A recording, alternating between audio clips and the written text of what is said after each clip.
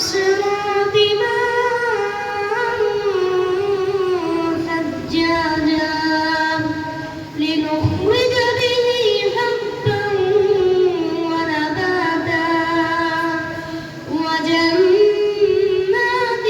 ألفافا إن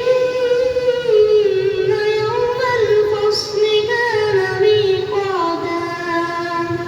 يوم ينفخ في الصور فتأتون أفواجا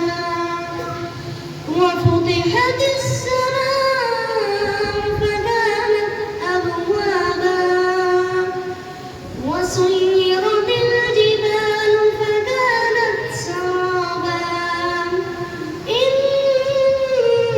جهنم كانت مرصادا